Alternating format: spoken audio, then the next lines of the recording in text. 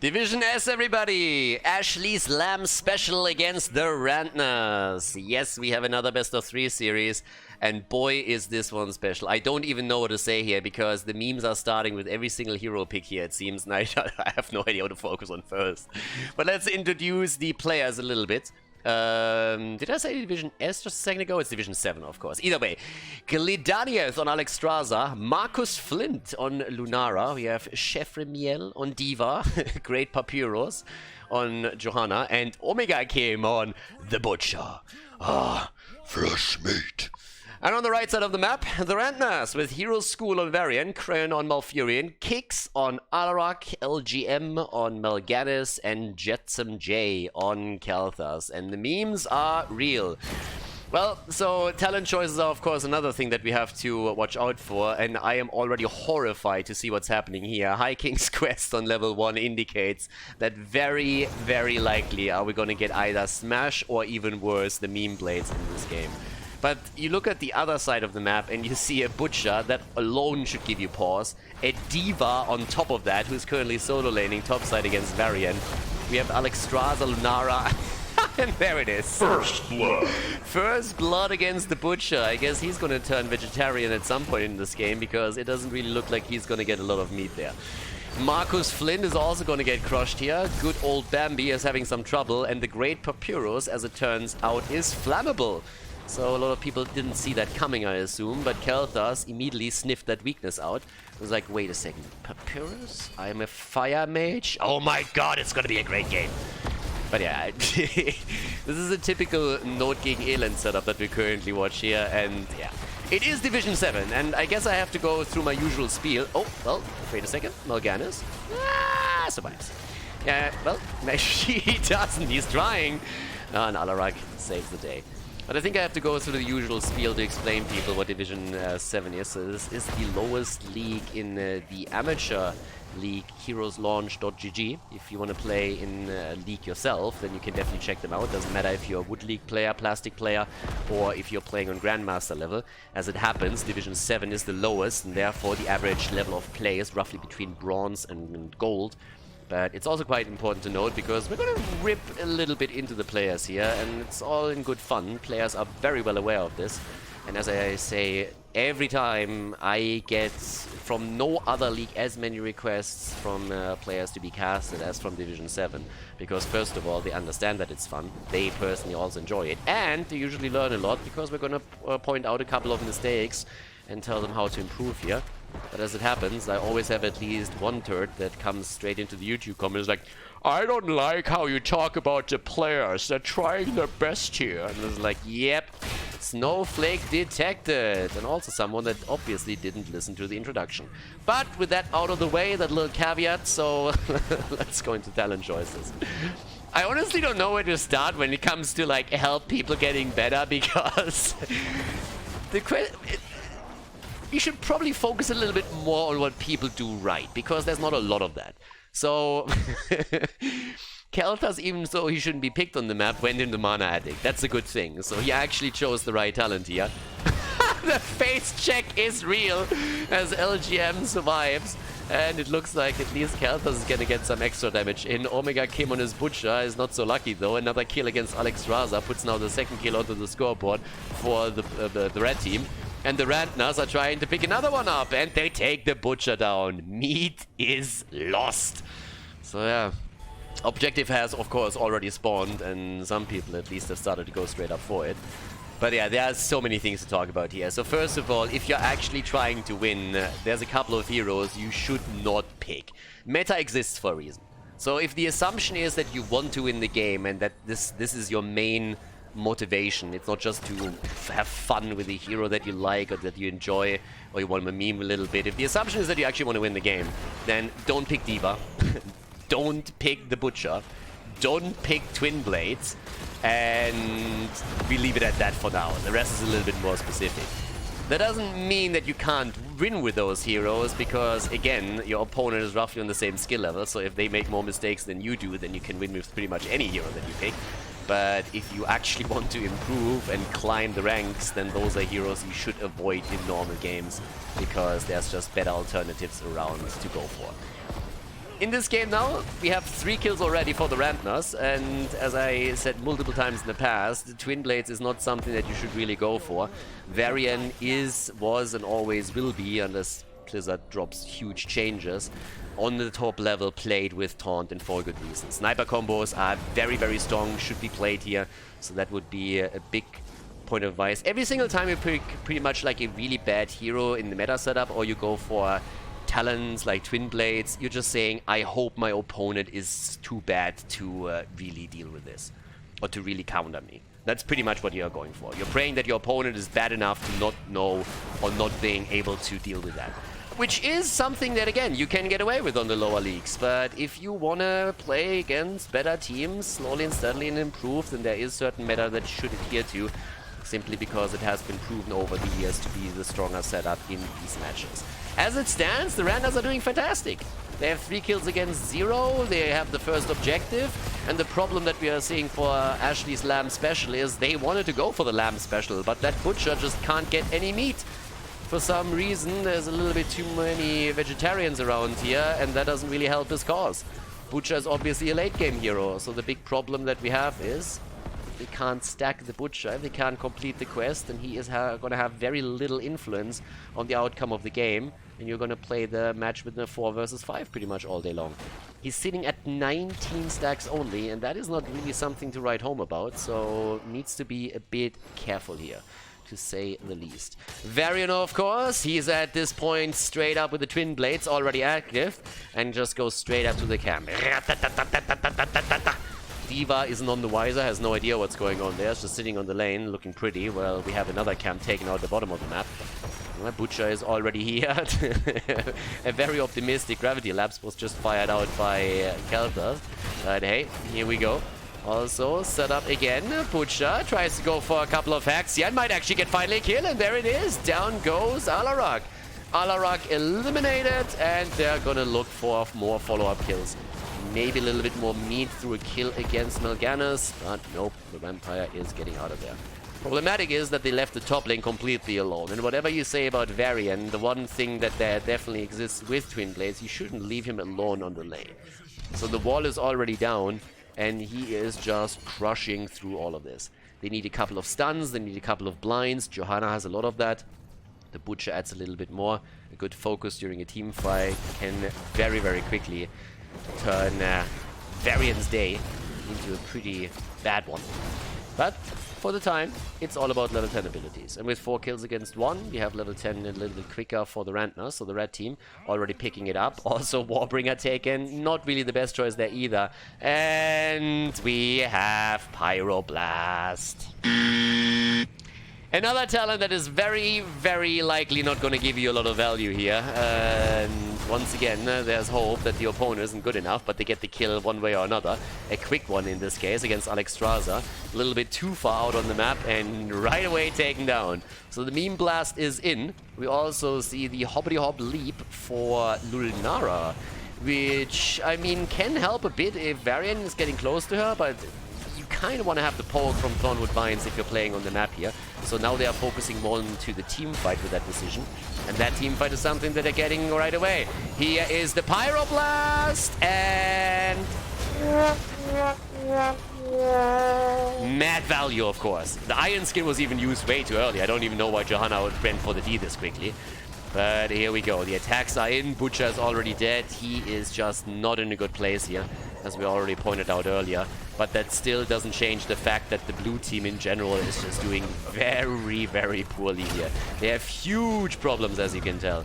The entire setup on the opponent's side, with Alarak just coming in and murdering them, Varian being very uncontested. It's a chaotic setup, and it doesn't do anything for Ashley's Lamb Special. They need Chef Butcher in a better position, and for that he needs more meat, and right now he just doesn't have that. So this is a little bit of a weird one. If you get a lot of kills out there, that would be great, but they only have a single one, and yeah, well, it doesn't really help the cause. So now the attempted setup against Mal'Ganis at the bottom, that didn't really work out. There's still a bit of a fight up at the top, where Varian is trying to do his thing with the assistance of Malfurion, and able to move out for now. Another Pyroblast in 30 seconds. And the halftime show is already taken. I'm still waiting for a good blessed shield with a bit of follow-up from the Lamb to the Slaughter. And that could theoretically give a kill. If they come into the backline and get a shot against, well, either Varian or Khaldor, that would help. Or they go up to the front. Here's the setup. That's a good bomb this time, but immediately Alarak is present. Still the value, and maybe now the kills. They still can't get all... they get only one. Varian is dead, and guess who dies next? It's the Butcher. So again, he can't capitalize on the kills here. Massive Pyroblast, and look at that value! Gotta give credit where credit is due. So the Pyroblast actually killed something. It actually had an impact. Nicely done. Okay, the fight also over, and we have 100% shielded Immortal here. 9 kills against 2. This is... yeah, this is rough. The bottom fort has not been destroyed earlier. It's at 50% HP, but you look topside now, and this one is gonna fall 100%. 34,000 damage for Khaldor. Yeah, Living Bombs and the Flame Strike do a lot of work here. Lulnara with 25,000. Johanna's the only one that hasn't died yet. Butcher, by the way, leading the charts on the death count with 4. So literally the hero that should try to stay alive for as long as he possibly can is currently completely getting murdered. Talking about getting murdered. Down at the bottom, he's currently going into a one-on-one versus Varian.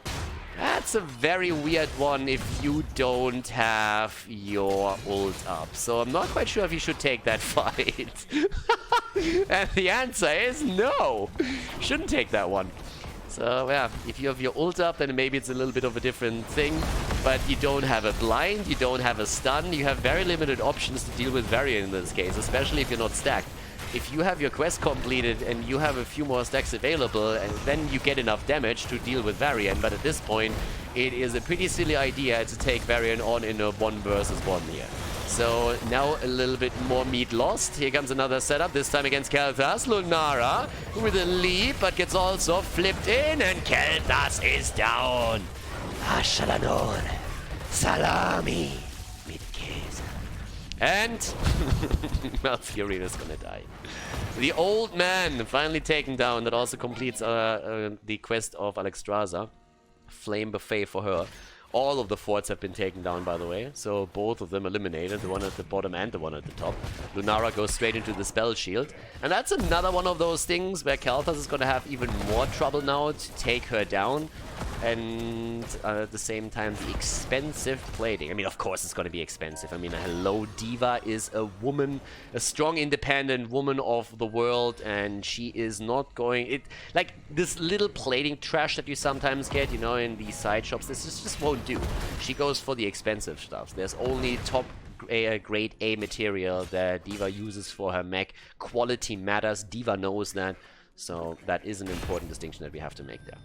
And therefore a fantastic choice, of course. But alright, so we have at this point Pyromaniac is in, level 13 talents for both. Alexstrasza still reading talents, currently not quite aware what to take here just yet, but has made a choice finally. There's a heart on the symbol, and therefore we go for it. Pacify is in. Gonna set up down here to the bottom of the map, and well, it's a trap. The question is just who is the trap for? Seems like it's a trap for the blue team. And again, the Pyroblast on the mech. He got value once, that's more than enough for the entire game. The Butcher, by the way, went in deep again and got locked down there, so he 1 versus 5 the entire thing. Someone told him that the Butcher can do that. They unfortunately didn't tell him that it only is working if you have the quest completed and you can get the value there. But there we go. At this point, in comes the attack again against Alexstrasza and Lunara. The triple kill is in. And at the same time, we have level 16 talent advantages for the red team on top of it too. Yeah, it seems to be a bit of a brutal beating that they're currently receiving at the hands of the Rantners. The Ashley's Lamb special. Should have maybe put someone on the Butcher that is not a vegetarian, because this guy hates meat. Every single time he has meat, he goes into a 1 versus 5, starts losing shortly after. So yeah, there's that. Now another objective is being attacked, and the blue team is simply saying, boys, let's try and get level 16. Let's try and get the same talent as the opponent has for the defense. that isn't a bad idea. That's honestly a pretty smart thinking at this point. I don't know why they all of a sudden abandon that idea and now decide to go to the top while the objective is nearly taken. I mean, this is literally the worst moment in time to go for that. So once again, bit of value, could be a kill against Mal'Ganis, and they actually get it. But the objective should definitely be lost to them. And it goes down, and that one's taken. Yeah, they do a little bit better here than expected, but that was a huge risk that they just took, and they honestly shouldn't have taken that. Just because a massive risk works out doesn't mean that the play was actually good. But in this case, it worked out for them. They got 2 hits, and the Butcher gets taken down. Pyroblast value, baby. Butcher again, no meat for him. And Pyroblast actually did something in the game. You gotta appreciate that. On the other hand, this bad boy is completely ignored now and moves down to the bottom of the map. But coming back to that choice, if you actually go up again, you don't want to engage an opponent that is on level 16. The smarter choice for the blue team would have been to get level 16 and then defend against the Immortal with it. There were a lot of things that led up to that situation that could have been avoided in the first place, but if you're in such a bad spot, you usually don't want to fight there. You want to get your level 16 and then defend with it. In this case, granted, the choice worked out. They got 2 kills, they lost the Butcher, they have now an easier time to defend the Immortal. But this is literally one of these 10% outcomes where you make this play 10 times and 9 times you're going to get absolutely screwed. This was the one time where it worked, but just because it worked once doesn't mean that it is a good choice or a good play. So for the future, if you find yourself in a similar situation, just accept that you are in a bad spot, try to get level 16 and then defend around level 16 against your opponent. In the long run, this is the smarter play for you and will help you to win more games against opponents. So aggression with a talent down is usually never a good choice in Heroes of the Storm. But now they're in even talents again, so now they can actually go straight in for the fight. Level differences don't matter all that much. In comes the hit with the Butcher. They're trying to get the kill in here, but the Butcher is all the way at the front again, and the focus on him is just instantaneous. So he goes down again. You can't YOLO that heavily if you're playing the Butcher and you're trying to stack. The rest of the team has to peel their B2, and they're chasing them down one after another. Pyroblast! And hype! Khaldor is crushing it. Look at it. Even with a greater spell shield. Best talent in the game confirmed. Nah, I'm just kidding. But yeah, keep goes down. Bot lane gets pressured now with the catapults, and with 17 kills to 7, this is one-way street Heroes of the Storm. Looks like D.Va is also going to fall. Gets currently moonfired pretty heavily by Varian, but has a mech available. Problem is that the shields and the core are already falling, and if they are focusing on that, then it is lights out in game number 1 for the Lamb special. So here we go. They decide to not end. Why would you end? You don't have level 20 yet. Yeah. There's more important things to do. Like, for example, taking camps on the map. There's a camp on the right side. I've seen it. 0 deaths on Jojo. The Butcher is currently sitting at 8. But yeah, so they go for the objective instead. It's also a way to take it here, but they could have definitely tried to end the game if they would have been a little bit more decisive around it. But they don't want to risk it. I can appreciate that to an extent. So instead, they're going to make a play for the objective. Keep in mind, please, that they are still on 16 talents, as is the opponent. So that's still an even fight for the opponent's team. The Lamb special has gotten their asses kicked throughout the entire game, but we've seen more than one comeback in Heroes of the Storm, so it could literally happen here again. They're trying to go and steal the camp away. Has a huge amount of damage already, and in comes the leap, and Khaldor is about to die. Gets dropped, so is Alarak. Alexstrasza is like, oops, I didn't want to land here.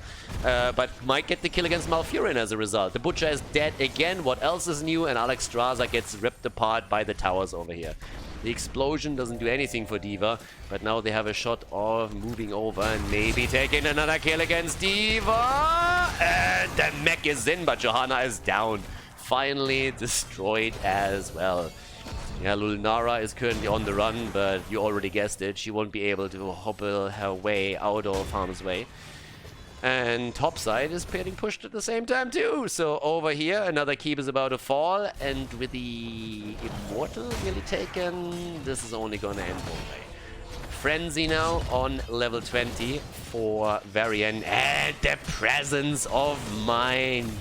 All the value. Staying safe with flamethrower or something like that. Nah, overrated. Didn't really die a whole lot in this game anyways, did he now? 2 times. Yeah, the blue team has trouble getting into the backline here. We've already seen this. The core is already losing shields. You could have made an argument also for them just ending the game there, especially with the catapults pushing in. But the objective is definitely going to help them do that without any trouble whatsoever. The biggest question here is really, is the Butcher able to get the double digits on the death count? That's the one thing that really matters. Can he make it happen? Can he do it? Is it possible? He's trying. He goes in against 5 again. He gets focused and he succeeds! Double digits. Khaldor with a Pyroblast against the mech, but Diva falls as Varian follows up on it. The core is already falling. They want the team wipe. They're trying to go for Lil Nara and for Alexstrasza. They can't get both of them, so they go for Bambi. And that's the end of game number 1 with 26 kills to 10. We actually have the Rantners taking down Ashley's Lamb Special on map number 1, Battlefield of Eternity.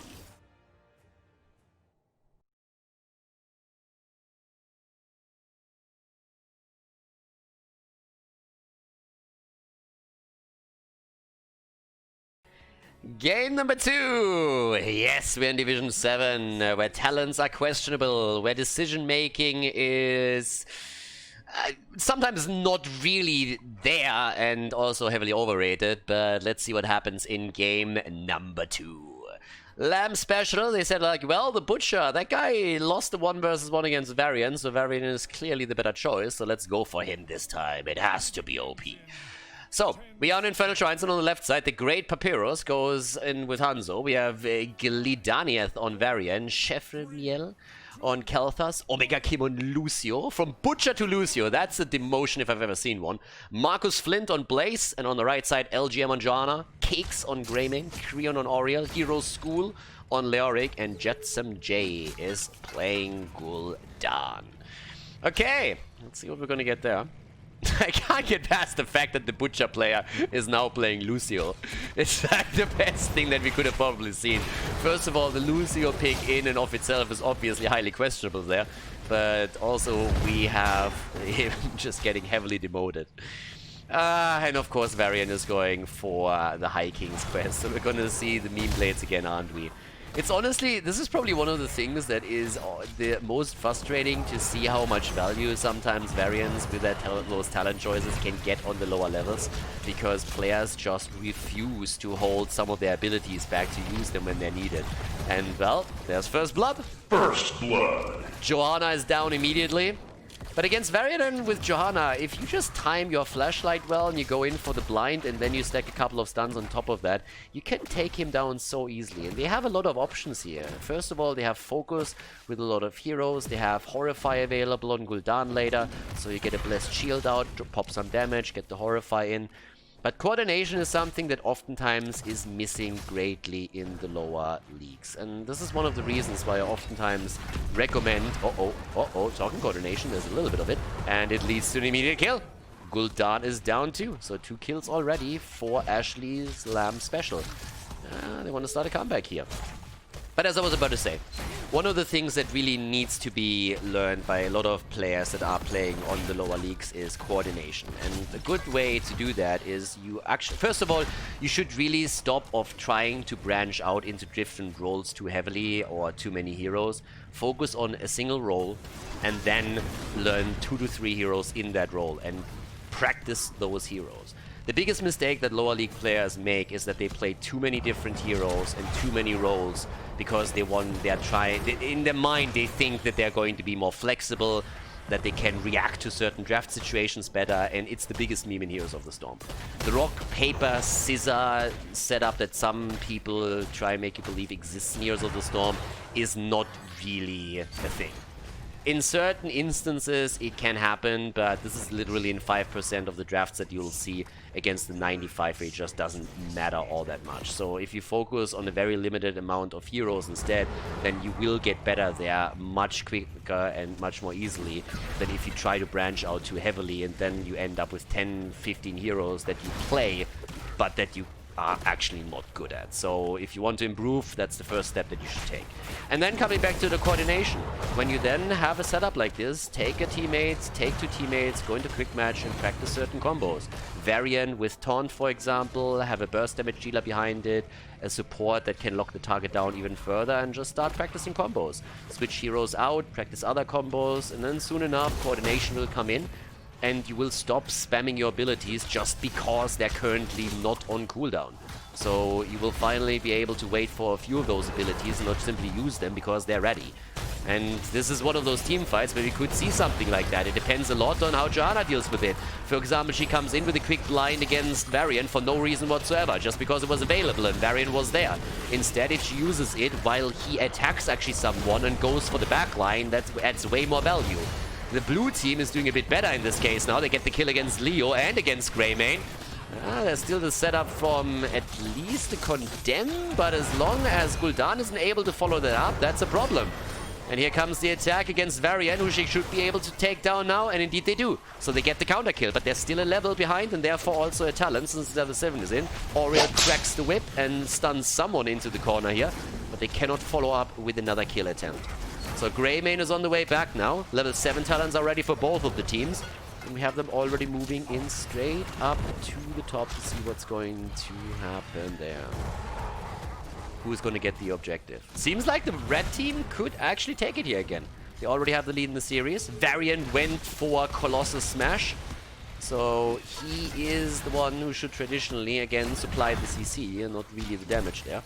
But in this case, they want to go for the Smashy Smash Smash. And the blue team is currently letting the Rantners get away with the first objective. But I like this. Look at it. Ho-ho! I love it. They bait the Punisher over the wall. Congratulations. Awesome. Great. That's perfect. I love it. Finally a team in Division 7 that falls behind the wall as the Punisher approaches, baits it over and defends it. You have no idea how happy that makes me. I was already thinking that I have to go for the Khaldor rants about how to proc a Punisher over the wall story for the 10th time in a row, but nope! Lamp special. Ashley's Lamp special. They got my back. They come in and it's like, no Khaldor, we watched you. We know exactly what to do here. We got you, bro. And I appreciate that. So yeah, big shout out to them. That is fantastic. Like to see that. And what happened? Exactly nothing. They got the wall and a little bit more, and that's it. Despite the fact that two heroes had already rotated towards the remaining lanes to soak experience. Absolutely. If they didn't do that, if the stun is procced in front of the wall, that fort is toast. So, there we go. We have currently our little setup over here. This is an invade on the camp. One camp taken. They fight for the second one. Here comes the damage. Varian jumps into the back line. Where's your blind now, Johanna? Exactly. You spammed it out for no reason. So in this case, Varian goes a little bit too deep, and they do exactly what they need to do, and that is focus Varian. Fuck Focus Morales, seriously. Focus Varian. If he goes into deep, stun that fucker, drop some damage on him, and you just see him disappear. Stuns is what Varian hates. And he also hates blinds, he hates anything that can disable him. That's how you deal with that guy. So when he goes in a little bit too deep, punish him. It's one of the things that you can actually do in the lower leagues. You just play a bit more passive. Not too passive, mind you. But your opponent will overextend. It's one of the most common things in lower league play, that someone is going too deep, overextends, and you can just wait for that and punish them. You start dropping some stuns and you just rip them apart. Right now we have Blessed Shield plus Horrify, and they can perfectly use this right now. They can absolutely use that in this game and wait for someone to overstep a little bit, drop a quick Blessed Shield. That's a guaranteed hit on the Horrify of Gul'dan, and then go for the kill. No problem making those plays at all. But there's the level 10 abilities. And actually, interestingly enough, Varian goes for the talent that he should have taken in the last game too, Shield Wall. Yeah, gets attacked immediately, gets a little bit body blocked. Phoenix is already out, but this is a kill. Varian is dead. Varian deaded. Arrow flies all the way up to North America here. And Marcus Flynn gets away. That's quite a bit of damage from Khaldor, so he is obviously on this map and on Tomb of the Spider Queen. Pretty solid choice because of the AoE that you have, especially around the objective. But it's still a fairly close game. We have teams going for camps, at least one of them. The rest seems to be... Nope, they're pinging their own as well, so they will likely try to get the shamans too. Greymane is already on the job here. Oriel, by the way, went into Resurrect, which is very common these days. It was actually very interesting to see it play in Division S because Washed Up played it a little bit differently. They allowed their main damage dealer to go absolutely crazily deep and aggressively into the opponent's team and YOLO hard. And then when he was killed, they just resurrected the hero on their terms instead of resurrecting on the way back where he's likely to be killed again. There's the Horrify, a little bit YOLO, but still, they could stun into the wall, and that's nearly a kill, but they could still go for him. Instead, Gul'dan falls, gets attacked in the back line and eliminated, but the Resurrect is there. Oriel is doing her job, and Varian is in again. Where's the damage when you need it? Well, there's an opportunity for them. They gotta be careful here. Johanna is zoning as much as she can. Well played thus far. But where's the damage from Gul'dan? There is a little bit, but it's against Greymane, and it's from Varian. Gul'dan comes in and tries to get the counter kill, but now he gets dropped too. Khaldor's just a little bit too strong here. Drops him quickly. Gul'dan and Leo are both down, and this looks like Punisher #1 for Ashley's Lamb Special. Nice approach for them. And from the red team, again, the Horrify wasn't really too bad. The focus needed to be a little bit quicker. But I would really, really like these attempts by Blessed Shield into Horrify, using that properly, zone the opponent out, but get a quick kill in. Honestly, for that particular reason, I kind of would have loved to see the Cursed Bullet here. Go for the Throat can obviously get a lot of value here too. There are squishies on the other side, so it's not like the talent is bad or anything. But if you're trying to play around a stun plus a Horrify and Greymane can home in on that one target and you can burn it down quickly, that oftentimes is just the better play to make. Topside Fort is down. Leo is still escorting the waves in. In the middle, on the other hand, with the one talent advantage, Ashley Lamb Special is poking a bit. Very surprised that they don't take at least the fountain down. That surprises me a little bit. Varian has moved down to the bottom of the map and Khaldor wasn't even there, so with only 3 heroes they didn't want to make the play. But I think they could have walked away with way more damage in the mid lane than they did.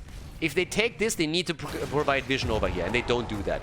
So again, if you have never seen that before, if you take the camp on your opponent's side, drop any kind of spell over here, anything. It will give those Khazras vision of the opponent's fountain and they will start to attack it.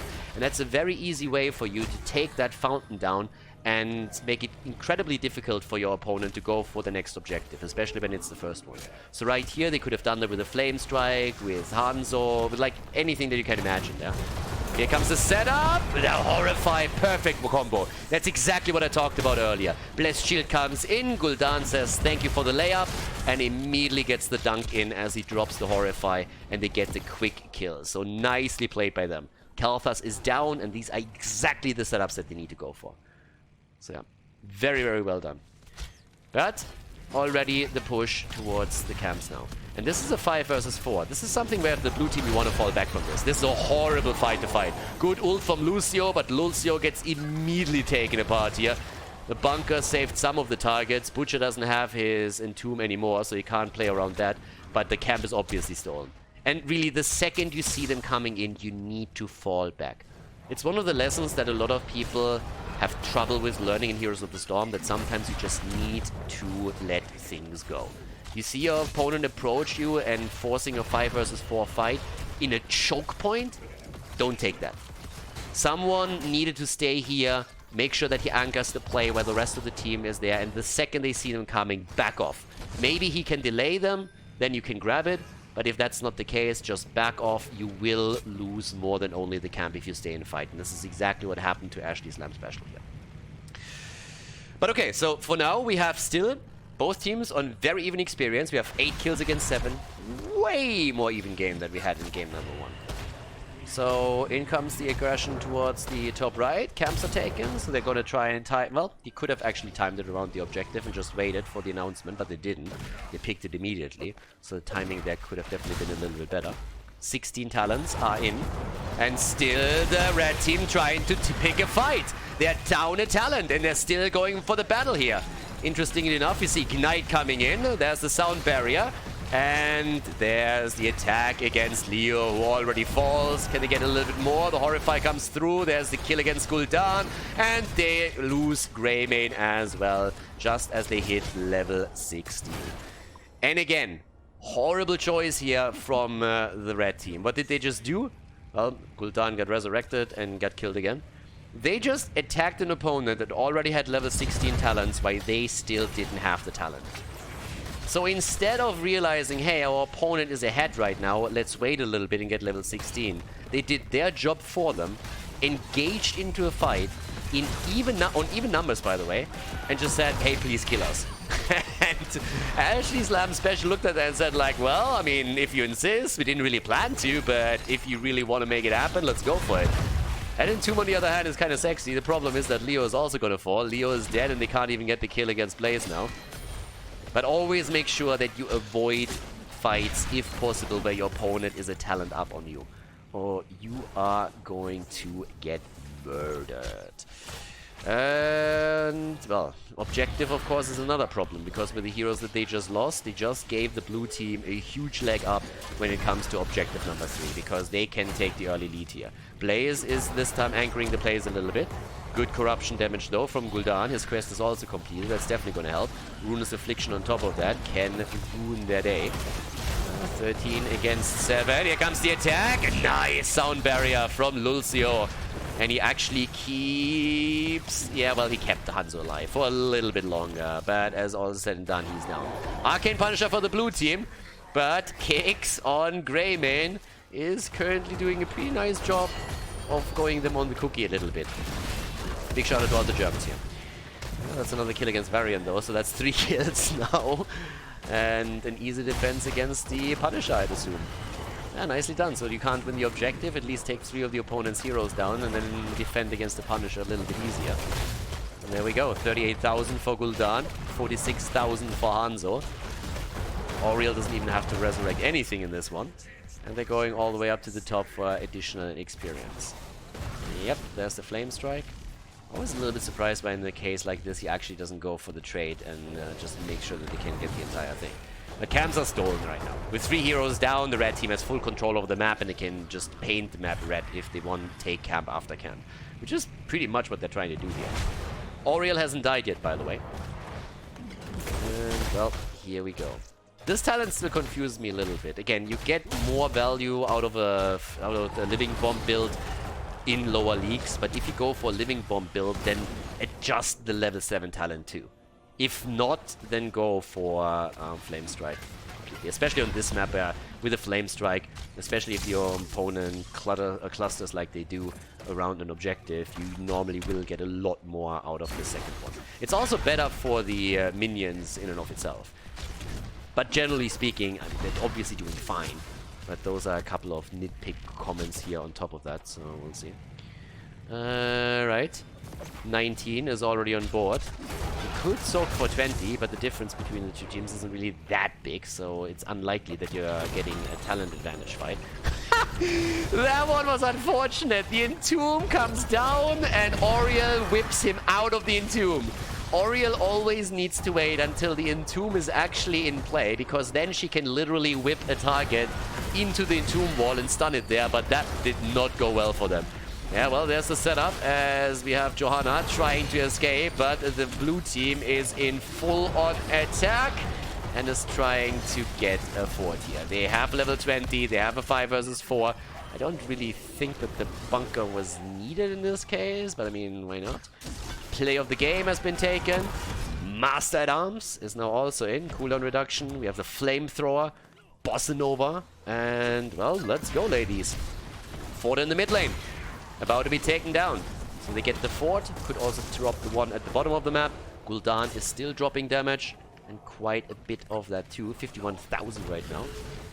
Only one that hasn't died yet is Auriel. And they steal the camp away. Without level 20, the red team doesn't want to fight. For good reason. So I'm really happy that this time they don't go into that fight. That would be a horrible one for them.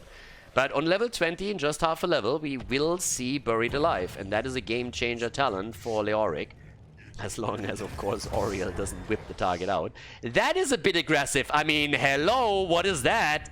Surprise, motherfucker. I mean, seriously? They walk pretty much on the other side of the map when they don't have vision on the opponent's team. I honestly think they even saw them crossing the mid lane.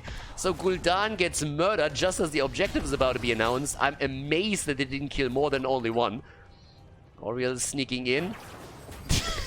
Like, resurrects him. They don't even guard it. Like, I don't understand, but I mean, either way. Resurrect is down, so a couple of the other heroics, they're trying to go for Leo, and, well, Oriel and Gul'dan are still at the bottom of the map. Seems like Leo might even fall. Nah, he's just spreading the bombs. That, of course, works too. Level 20 is in. There's the stun against Greymane, and they just let him go. Greymane walks away with 20 HP. But on the objective, we now have a lead of 20 minion stacks against this, and yeah, it is getting a little bit crazy at this point.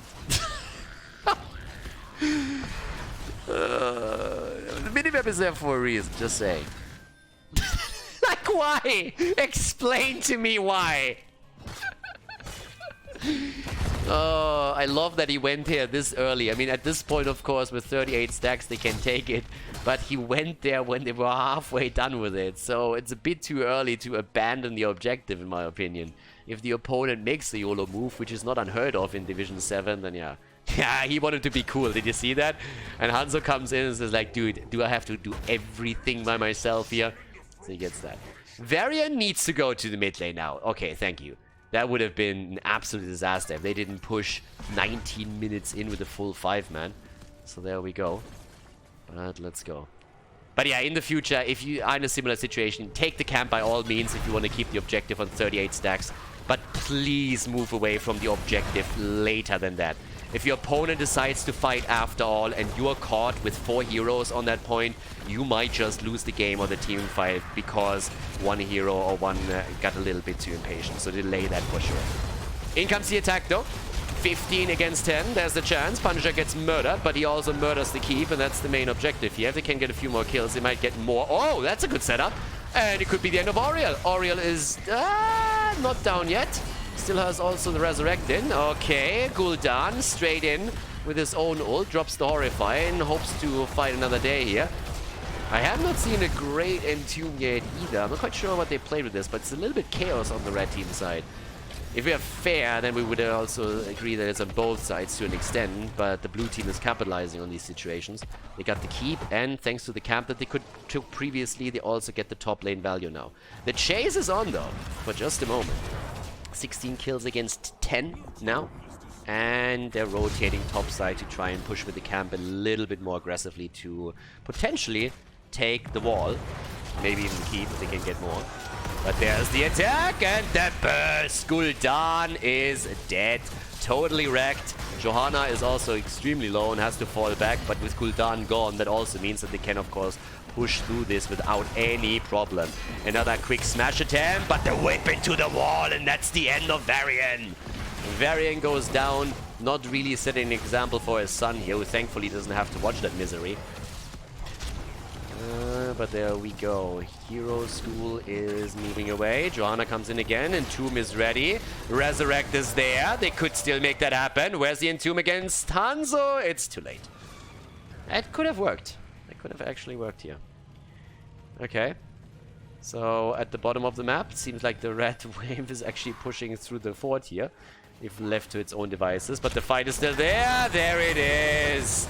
The Entomb, they're all stacking a little bit, so they have to be careful with that against someone like Khaldor. But still, they got the quick kill against Hanzo, and that's already a nice touch. So all of a sudden, the blue team is in the, the red team is in the spot where they might have a ticket back into the game here. Yeah, they're immediately focusing onto the mid lane. Saying, boys, let's take a few of these forts down. Phoenix is already out, trying to slow them down a little bit, but can't really do too much here. Not really the highest cooldown's not a problem either. Mid lane, they should probably take care of this. I mean, there's 3 catapults that are pushing onto the core, so someone is definitely needed to move back and take care of that situation, or it's going to be a problem in the long run. And yeah, the shields are already falling, so that's going to be damage on the core. Okay, there it is. Take it down. 92 points. Yeah, it's fine. But with 4 heroes on the map, the blue team is actually getting aggressive here. Think this through for a second. The blue team is with 4 heroes on the map and has now a chance to take both camps. They just took both of the camps in the middle. Red team could have sent a single hero back. Could have been Greymane, for example. Could have been Leoric. Doesn't really matter. And gone for the camps. But instead, the blue team with 4 heroes, is invading the red team's camps all over the place. Where's Leo with the Entomb when you need him? Well, there we go. And Leo comes in from the wrong angle. The Entomb doesn't hit. Horrify is there. They should get at least Varian, but even that is a problem in a stretch. So this is a huge issue. Up at the top, a kill against Hanzo. Down here, the fight continues. And that's the kill against Oriel. Oriel is down, and Varian is finally getting dropped. Oriel can resurrect herself here. But Leo just went in way too deep. He needed to be on the other side, catch them with the Buried Alive. That was a massive opportunity for the Rantners to kill 3-4 heroes. They get those heroes, but it's mostly because the blue team, for some reason, has a bit of a death wish. They're committing Sudoku here as they're moving straight onto the lane, apparently solving a math puzzle while they're playing Heroes of the Storm, and that doesn't really work. And that's a kill. That's a team wipe. That's a 5-man wipe right there.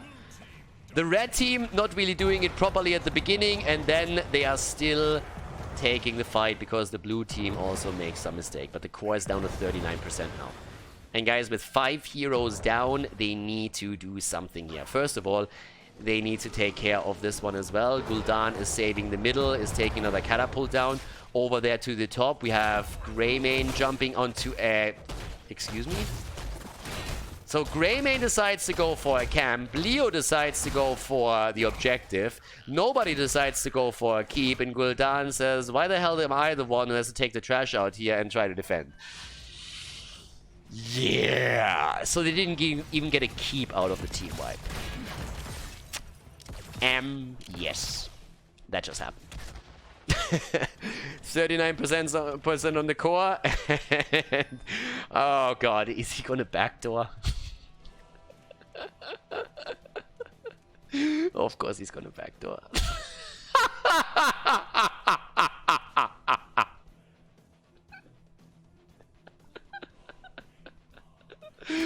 Oh, the setup is here, the play. He's like, guys, let's go. And they're gonna backdoor this. And the red team, for some reason, doesn't see it coming. They should already have heroes ready to just Hearthstone back and try and defend their core. I mean, this is a pretty telegraphed play. Okay, play of the game attempt. Big arrow. There we go. Use the global, and bam. Let's go, ladies. 5-man on the core, and we all know how that's gonna end. And the red team is all... No! They knew they forgot something. So, yeah, core goes down, and that is game. Ashley's Lamb special. They win map number 2, and we have game number 3 coming up. GG and well played.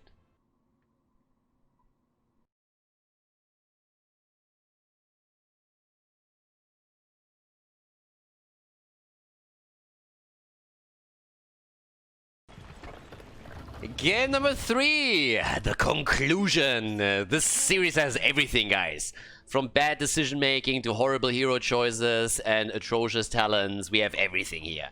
Lamb special against the Rantners. Dragonshire is the 3rd map, and on the left side, Chef Remiel on ETC, Marcus Flint on Malthael, Glidanieth on Jaina. We have Omega Kim on Nazeebo. There's a pretty wild array of heroes here, going from the Butcher to Lucio and then to Nazeebo. And the Great Papyrus is now playing the support here with Stukov.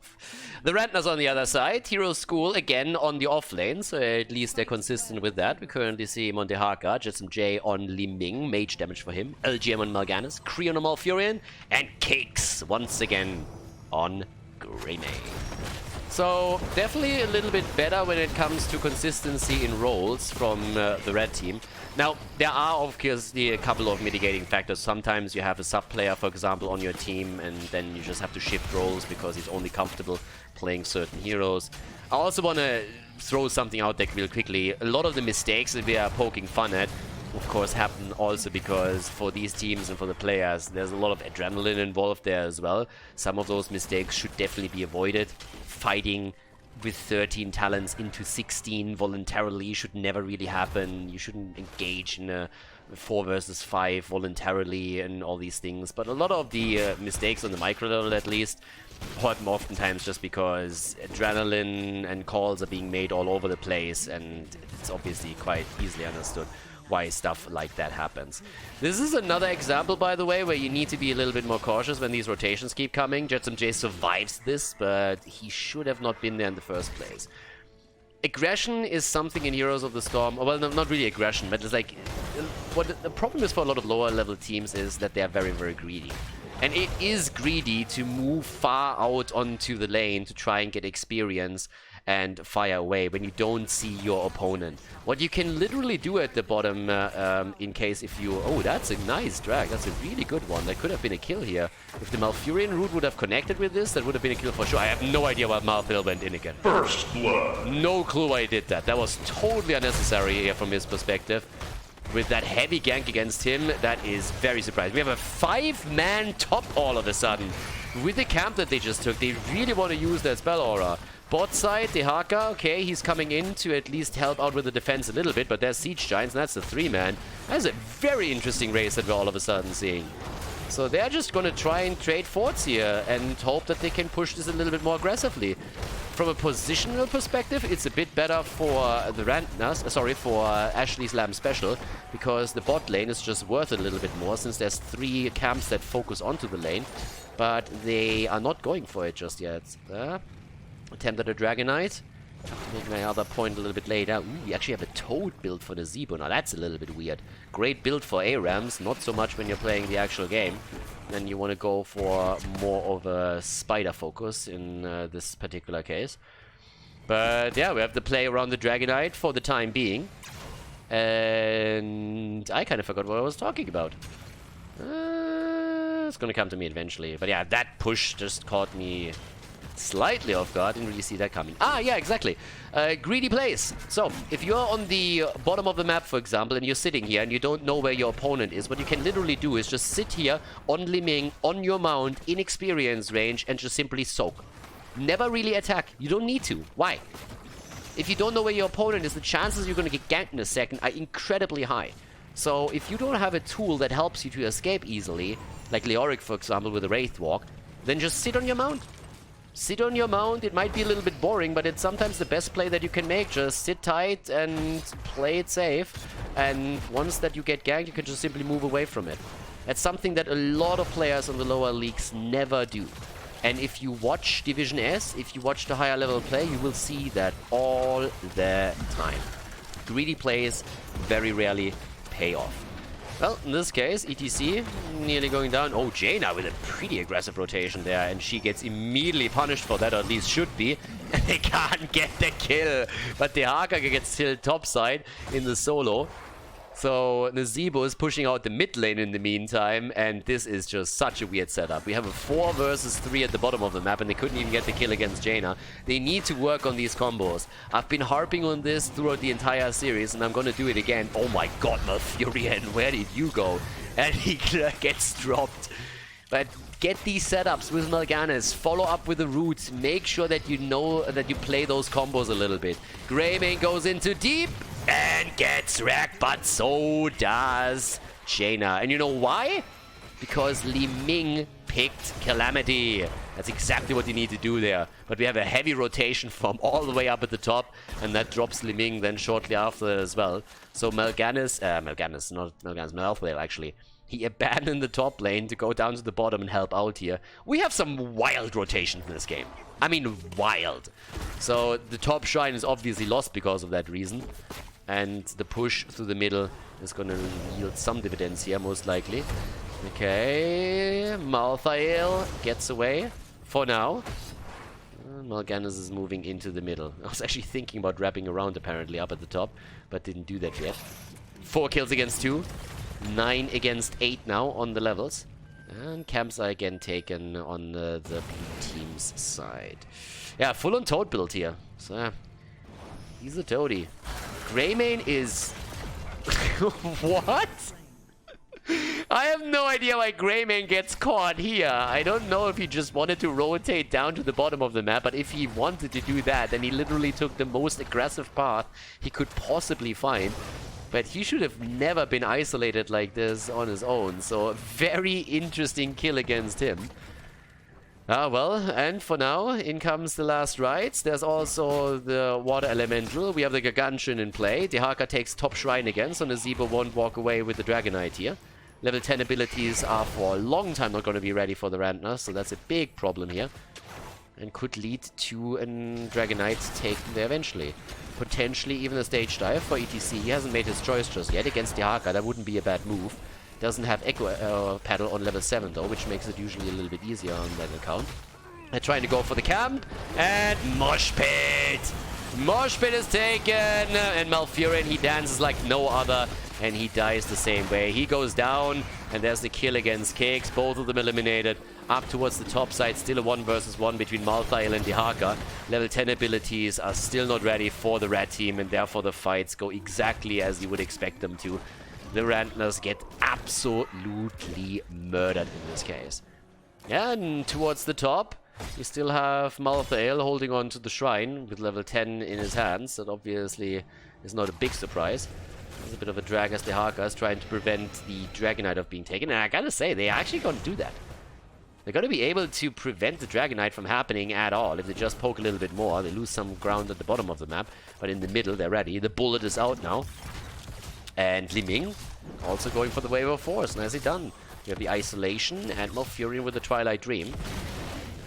Here comes Malthael, trying to get a stack in and should be able to grab that. Actually, that's a little bit too hasty, I'd say. And yes, Cake survives. They try and turn it around against Malthael. Not so hasty, though. Bottom of the map, Li Ming is in trouble, but gets actually not taken down. Is barely able to escape as the Water Elemental slowed her down. But the 4 versus 3 that happened in the mid lane still isn't taken by the red team. So they had a numeric advantage and weren't able to win it. Now there's the channel on Nazeebo. Tries to get the zombie wall in. There's a quick bullet against him too. Loses some hit points. LGM is in trouble on his Mal'Ganis though. And at the bottom of the map, Dehaka has now died. 3 versus 1. Dinosaur can't survive that. 9 kills against 2 now. Nearly level 13 on the side of Ashley's Lamb Special. As they are starting to crush through this third game. They're setting themselves up for potential victory. They want the series. Yep, there's a pushback. But still a kill against Mal'Ganis. Nicely done also with a power slide into the silence from Stukov. And here's the Dragonite. Burn to cinder. Moving through the mid lane. Trying to take the fort down. They already eliminated the one in the bottom of the map. So that's a big one right now. No Virulent Reaction though. Goes into the Lingering Spines instead. Virulent Reaction, the usual choice that you see on Stukov on that talent level. Lockdown is fantastic there. They could take that kill, and they do take it. They also take the fort down. So big wins here all over the place for Ashley's Lamb Special in game number 3. And the Rantners, after some pretty solid plays in the past 2 games, are all of a sudden starting to struggle heavily here. Top lane gets also opened up. Taking the fountain down will take the sustain away on the top lane and make it very difficult for the red team to claim the top shrine. And they're even starting to move in with what they have here on the Dragonite. Could have delayed this a little bit longer. Keeping the Dragonite alive for the entire duration, just using the Fire Breath to take those minion waves down, is already a huge boost. But they get everything. Fort in the middle, fort at the top. I mean, they literally just get everything that they want here. And with the talent advantage and a 3-level lead, they decide to also grab the Night Camp of the opponent. And the Rantners, in this case, decide to not go for it. Which I think is a really good shot. I have no idea what Mal'Ganis is doing on the other hand. Like, he's in trouble. And yeah, gets played to the wall here. Malthael comes in and says, like, I don't give a shit if he dies anyways. I want my stack and I want it now. And he gets it. So stack taken. And, well, of course, there's always the question, I mean, you can always argue, should Mal'Ganis have been in that situation? Nine. Exactly. So he shouldn't have been there, but as they body him, we have the quick stack for Malthael. He grabs that, and now they fight at the bottom of the map for another camp. The problem for the red team is by the time that they pick level 13 talents up, the blue team is already looking to grab level 16, so things are not going to get any better anytime soon. So it's, I mean, to say it's a little bit problematic is an understatement. They got the Haka, so that's something. They can at least try and play around the global a little bit to catch up. But now there's the question, do you force the fight now? The Haka is already probably thinking about going into the bush here. But once level 16 talents are there, this is an issue. Malthael is not with this push, by the way. Malthael is taking a camp. They didn't time those camps properly. If they want to push with both camps at the same time, they need to take the Siege Giant camp first and then claim the Knight camp, not the other way around. Malthael goes top side. At the bottom, they're still pushing. The Haka's trying to find a bit of value, but he has a level 16 for them. And we actually get some zombie power with a Ring of Poison. It's a wild build for Nazeebo. And there it is, isolation on Stukov. Malthael is now all the way up at the top. There's the ETC party against 2, and Jaina says thank you very much, and drops everybody with the help of Nazeebo. Greymane is also dead. Li Ming gets some calamity value as she goes straight in for the kill. Immediately uses it afterwards again, so I'm not quite sure why. Because now, of course, it's missing. Back on cooldown. That's a kill. 6 hit points. And she actually walks away. Calculated, bitches. Yep. Comes in and says like, yep, I got this. Jetsam J confirmed to be an absolute rocket scientist here. It was a quick math that he had there. No problem for him whatsoever. Short calculation in the back of his head. And this is like, yeah, I think 6 hit points. 6 is enough. Yeah, it's fine, it's fine, it's fine. I'm gonna get that. So walks away from it, dodges everything. And well, here we go. The Haka comes in again, looking for a bit of a drag. Malthael from the side. Big shove, baby, against the Haka. Twilight Dream to the rescue. And the kill against Greymane. There's the ult against LGM. He doesn't go down. There's no additional stack for Malthael, but they get the kill against Malfurion. And Malthael gets punished too. Jetsam J is trying to do it again, but this time he is shut down by Stukov, the man with the best, the heavy, most hard-hitting auto attack in the game. This could be a team wipe, and I think it will be. 5-man wipe confirmed. Oh yeah. The big boy plays. They can go for the Dragonite, they can go for the core, but they only have 3 heroes here. I don't think you can get the core here. Like, you should go for the... Like, there is no way you end the game. Like, none whatsoever. You don't, like, how are you thinking that you can go for core here? Get the objective. You're 3 heroes. Oh, please don't tell me that the red team is allowing that. Take the catapults down, boys. Come on. Core should have never gotten that much damage put on it in the first place. Take the catapults down with a little bit of range and you are Gucci. But yeah, so they might actually not even get the Dragonite, but it was a very ambitious play to try and go for core with ETC, Stukov, and Jaina. So, not gonna happen here. Top side, that's where we have Malthael already in position. Jaina is the one with ETC that tries to go for the Dragonite, and here we go. This is a battle the red team needed to take, in my opinion. They had 16, the Haka could have gotten it, he could have moved into the middle a little bit quicker, the Haka burrows in. And they go for the keep instead of going for the core. Okay. I mean, we're 14 minutes in. You can make the argument that the Dragonite isn't strong enough yet. You're just trying to win it on the macro level. And fair enough. So they try to take the keep down, but then at least you have to do that. The Haka is still topside. Burrows in now. They could have half-stoned as well and not used global, but comes in from behind now. The keep is toast. Keep is down. And the Haka immediately says like, yeah, I don't really want to be here. So he's gonna die this time. Yeah, that's not gonna work out for him, I'm sorry. But Malthael is gonna drop the ult any second. And you need a bit more damage though. And there it is. Second stack for Malthael. There's a bit of an ass kicking that Greymane just received. They can still try and make the play for the core, especially if they are able to pick up another kill. Maybe even against Malfurion. And the Dragonite is starting to hammer away. Shields are falling quickly, but that's not the only thing that's falling here. Jaina is also down. Jaina down, mosh pit interrupted, play attempt, Kick survives. Core is losing hit points, but they are losing heroes. Malthael is dead, and ETC tries to make the play, but it might be a little bit too late already. There's the kill against Nazeebo. He's sitting at 163 stacks, so he's actually going to get some violent infection value in this game. And ETC just realizes that the core is a little bit too strong. Stukov is the only one who gets out of this. Stukov just leaves them behind.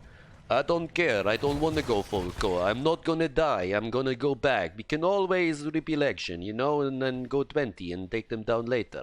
Drink a little bit of vodka while you guys are dead, but not dying for you. So yeah, Stukov is fine. And 20 talents are in the hands. I mean, at this point, while infection is gonna be up, so that's happening. top off at this point. Red team, I mean, 2 keeps down. Most likely they're not going to get level 20 in time for the next fight. Well, actually they should. 31% of the core doesn't really present the best picture for them right now. But we'll see if they can actually do something here. Sukov is the only one that hasn't died yet in this game. Yeah, the only one. Okay. Well, and off we go. Top lane gets pressured. Thankfully, they have a global, so the Haka's gonna take care of that. That fort, they really want it. Haven't taken the camp, by the way. You should not stay around here. You don't want to take that fight. You really don't want to take that fight, and oh boy. They nearly got forced into it. Yeah! Run, baby, run! This is a bit problematic, but at least Li Ming can use the Wave of Force to push them back, so they don't have to take the battle yet. The Hakas is saying, guys, Storm Talons, Storm Talons, Storm Talons. Let's just wait for it. And here we go. Keep in mind how game number 2 was won. The blue team went for a backdoor. They have a chance to do that again. If the red team goes for the objective now, then that's game. And the red team takes a camp, starts to Hearthstone back. The Haka's at the top, tries to claim this. It's 31%. You need to be in position already for it. And yeah, they're just gonna right kick the shit out of it. Oh, or maybe not. Look at that. Jaina is down and so is Malthael. Guys, are we gonna see a comeback? They need to deal with the Siege Giants. The core still has a couple of shields, but they just got a double kill. They can take the objective now. Gary the Gargantuan is still alive and kicking, but with 2 heroes eliminated, there's all of a sudden an opportunity. 21 kills against 11. Please take care of the catapults. It's Winion time, baby. And yeah, that's ambitious. The blue team says, guys, let's take the objective. Can please someone go into the middle? Okay, top fort is falling. The Haka is down at the bottom of the map and is going to claim this one. Someone needs to go to the top. I don't know what they're doing. Take the bloody Dragonite! Do you need an invitation or what's going on here? You are 5 versus 3. Take the Dragonite! Oh.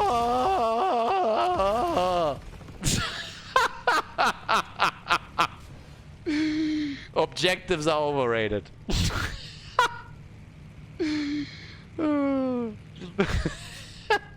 But I don't like the Dragonite. I honestly don't know what's going on here. It's a 5 versus 3. They don't have a global. The other team has. And they don't take the Dragonite, which could have potentially won them the game through the bot lane. They could have gone Dragonite, pushed through the bot lane, and the blue team would have been in actual trouble. If Nazebo with Val Infection makes it onto the core, it's a bit of a different story, but he has to sneak in there first. But yeah, now all of a sudden they want the decay. Now they want it. Now that it's a 5 versus 5 again. The Haka, yeah, he's gonna make it out. I have no idea what just happened. I really don't know. It's like, and now the Haka, no! Top lane, Mal'Ganis. The rest of the team is coming slowly. Could go for the team fight here. Here there's a silence, a little bit of Li Ming damage at least. Ult used, I don't understand why, but hey, our buttons are there to be pressed, right? Gotta press the buttons. And now they're sitting at the top side, the Haka's pushing out the bot lane. I cannot believe they didn't take the Dragonite. That just blows my mind. Absolutely, like, this game is rigged. This game has to be rigged. I mean, seriously. Astral Communion, they fight, and they fight without the Haka. And now Greymane is dead. 4 versus 5 battle. The Haka takes the shrine at the bottom. Here comes the attack against Mal'Ganis. He's down 2. That eliminates 2 heroes. And it's only a matter of seconds until the blue team realizes there's camps on the map and starts to fall back. Or not. Maybe they're ending the game after all. They're trying to, at least. We're going to move over towards the core, and with only 3 heroes on the board, I don't think that they have a chance yet. They don't even go for the objective. The Haka has an opportunity. The Haka has a chance. At least take the Dragonite. Well, apparently not even that is happening. Instead, Malthael falls, but it is too late. Ashley's Lamb Special wins the series. Takes the best of 3 with a 2-1 victory against the Rantners.